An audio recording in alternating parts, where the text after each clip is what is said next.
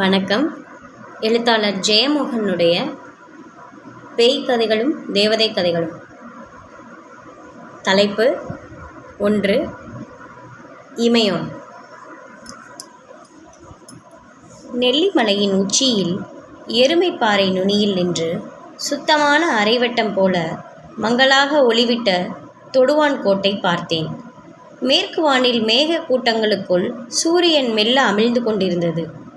தொடுவானிலிருந்து என் காலடியில் மோதிய இலைக்குவைகள் வரை வந்த அடர்ந்த பச்சை பரப்பில் காற்று அலை அலையாக பரவியது.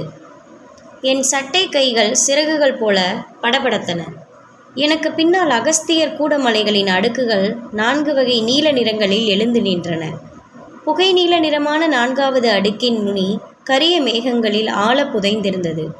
அங்கிருந்து மென்மையான குளிர் அல்லது நீராவியா என்ன என் முதுகில் ஊதியது. மலை நுனியில் நிற்பது விசித்திரமான அனுபவம். பதற்றமா அமைதியா என்று பிரித்தறிய இயலாத நிலை அது. நாம் நம்மை கவனிக்கும் போது பதற்றம், கவனிக்காத போது அமைதி. ஆனால் மலை நுனிகளில் காலம் இல்லை, அல்லது காலம் முனைகொண்டு உறைந்து நிற்கிறது. காலம் ஓலமிட்டு அலையடித்து சுழல்வது சமதளத்தில்தான். அங்கே மனித ஓசை நிரம்பியுள்ளது. அதை நாம் மொழி என்கிறோம். காலம் என்பது கூட மொழியில் நிகழ்வது மட்டும்தான்.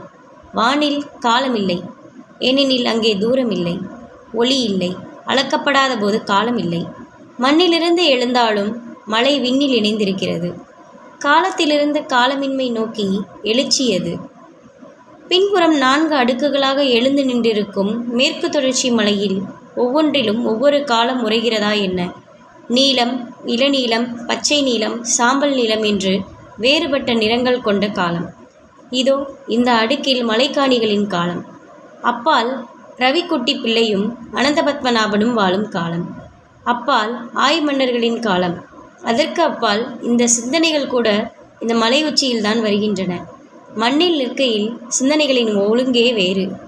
இருட்டி விட்டிருப்பதை சற்று நேரம் கழித்துதான் உணர்ந்தேன்.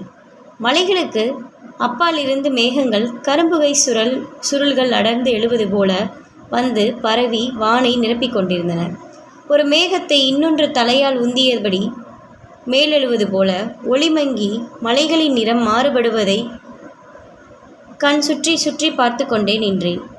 மழை வரப்போகிறது என்ற எண்ணம் ஒரு கணம் வந்து போனாலும் கூட நான் அதை பொருட்படுத்தவில்லை. மேற்கு வானின் சூரியனின் ஒளி அப்போதும் மீதி இருந்தது. மேற்கே நகர்ந்த மேகங்கள் விசித்திரமான தவிட்டு நிற ஒளியை அடைந்தன. பால் விடாத இளம் டீ வைத்த கண்ணாடி கோப்பை மீது வெயில் படுவது போல என்று கற்பனை செய்து கொண்டேன். ஒரு கிளைடர் விமானம் இருந்தால் இங்கிருந்து பாய்ந்து அந்த செவ்வொளியில் பறந்து மிதக்கலாம். 2 கைகளையும் விரித்து மிதிப்பது போல கற்பனை செய்தேன். அப்போதுதான் நன்றாக குளிர ஆரம்பித்திருப்பது மூளையில் உரைத்தது.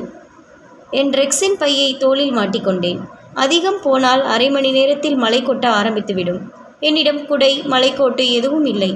ஆனால் மழையில் நனைவது எனக்கு ஒரு பொருட்டே அல்ல. சொல்லப்போனால் வீட்டை விட்டு கிளம்பும் போதே மழையில் நனைந்து ஊறி திரும்பி வர வேண்டும் என்ற திட்டம் கூட இருந்தது. அதிகமும் குட்டை மரங்களும் புதர்களும் நிரம்பிய அம்மலை சரிவில் ஒதுங்குவதற்கு என்றாலும் எந்த இடமும் இல்லை.